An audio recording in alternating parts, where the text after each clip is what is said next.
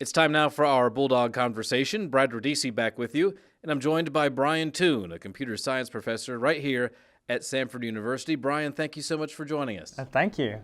Well, deciphering code in computer science is tough enough, but tell us about a bicycle ride you just did. And I say ride, it was 10 days and 3,000 miles. Yes, so this summer I did the Race Across America, and it is a 3,000-mile bike race. It goes from California to Maryland, across the country. And when they say go, you go. There's no individual stages or anything like that. You decide how much you're going to ride each day. So I average just over 300 miles a day. Wow. And so that's about 20 hours of riding each day.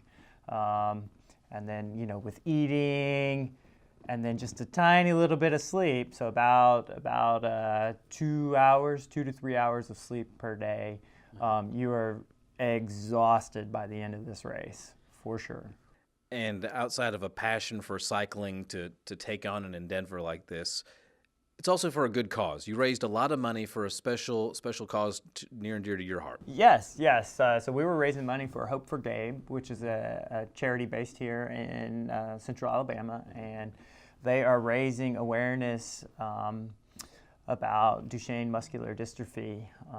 It's a genetic disease that affects primarily young boys, and it affects their ability to continue to grow at a normal rate. And so muscles over time do not rebuild themselves, right. Which we found throughout this race. The number of parallels between exercise and sports, and then the struggle that boys with Duchenne face. We found that over and over again. But with Duchenne, it gets progressively worse as boys age, and it affects all the muscles eventually, including the heart. And so it is a fatal disease.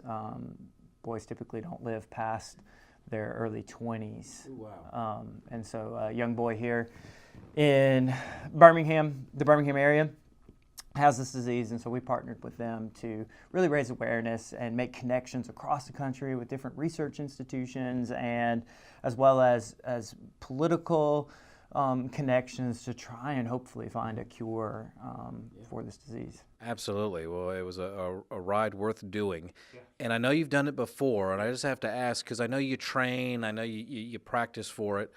I mean, what is tougher? Is it the physical aspect of the ride, which I'm sure is difficult, but boy, mentally it's got to be tough to... It's definitely the mental side. Yeah. Is the tough side. The problem is when you're so sleep deprived and, just so far into the race, it's actually hard to remember that you're supposed to be going fast, right? And so you just get slower and slower. And it's interesting because, give a good example, in eastern Ohio, we were riding through this cornfield, and all of a sudden I decided I was going to go fast again. And I went fast for the next 10 miles, and I was not tired. I was just having great time, just flying through these cornfields, this section of Ohio, and it wasn't because I had eaten something. It was just because I had gotten so out of it mentally, right. And it was just, and it was great actually. During that section, I talked to the parents of another boy who has Duchenne muscular dystrophy, and I think that was part of that motivation. But it was really exciting to connect with them out on the course. Sure. And it just kind of shows you that it's not all the physical, it's that mental side. How can you push yourself to go harder? You finished. Yeah. I imagine that moment is just take us through it when you finally get done and you don't have to ride anymore. Yeah, yes, that is a great moment, especially how this year's race ended. It was very difficult with a headwind and more heat. It was a very hot day as I was finishing up, riding into a very strong headwind, and so by the end I was just so sleepy, so exhausted. I was ready to be done with the bike.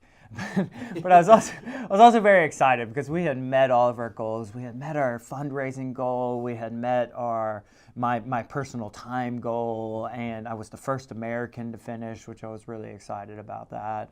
Third overall in my category, and so yeah, it was a mixture of relief to be done and then just happiness, excitement, joy at having met all these goals. Well, Brian, it's an amazing story. Congratulations, and thank you so much for joining us. Thank you. You've been listening to the Bulldog Conversation.